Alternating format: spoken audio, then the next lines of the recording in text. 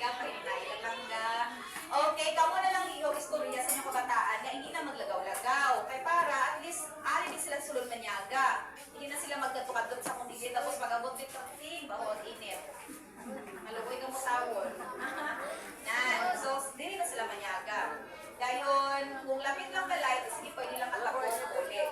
Basta mabalik sila 1 o'clock. So, 1 to 2, ang muna ilang TLE, DPL. So, mapili na sila sa specialization. Wala pa naman sila napapili. No? Sa next week na naguro. Kung ano sila, ma-electronics, ma-computer, depende sa ila.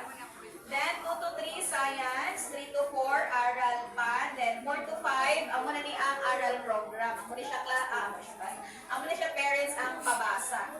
Pabasa ni siya program nga i-follow up kag papasahon gid niya mga bata. So, nako ko ni siya namon nga obligasyon kabay pa mapasarangan namon. Kay to be honest, kabublay gid maglulubasa. Pero dapat kami pala mga high school, follow up na lang ni Amon. Kaya ilang nga dapat starting ni dyan sa elementary. Pero hindi din Amon mabato na ano mag-graduate elementary, hindi ka ba mabasa? TikTok ko na naman. No? Sa'yo pa mag-TikTok. TikTok ko. Ambot lang gid, no? Buligan yung gid kami. Parent, kaya hindi ka naman maarapalan tanan-tanan na pila ka bata, 40. So far, may nakita ko di guro mga pulo, kabilog, hindi ka ba basa? So, follow up ka sa mga kabataan ha. Tagaan sila time sa screen time, sa cellphone. Tagaan sila time na makabasa. May mga obra man namang ginikanan pero tagaan din time na ma-follow up kung kaluoy, as in.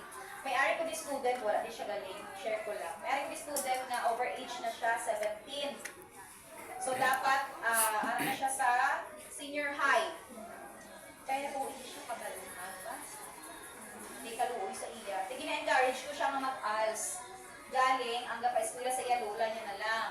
Tapos, kung mag-ALS man siya, hindi ko sure kung matutukan siya.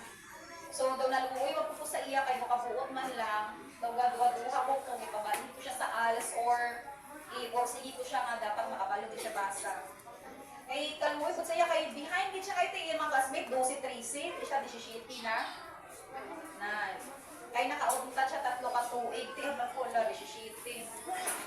Hindi, imagine na mo na yung edad, hindi ka kabalo magbasa. Ano ka na lang. Pero, i-average sa grade 6, naka-84 pa. Sa Hello Fish siya halin, ang motong apelido mga olibo, basi may kilala mo da.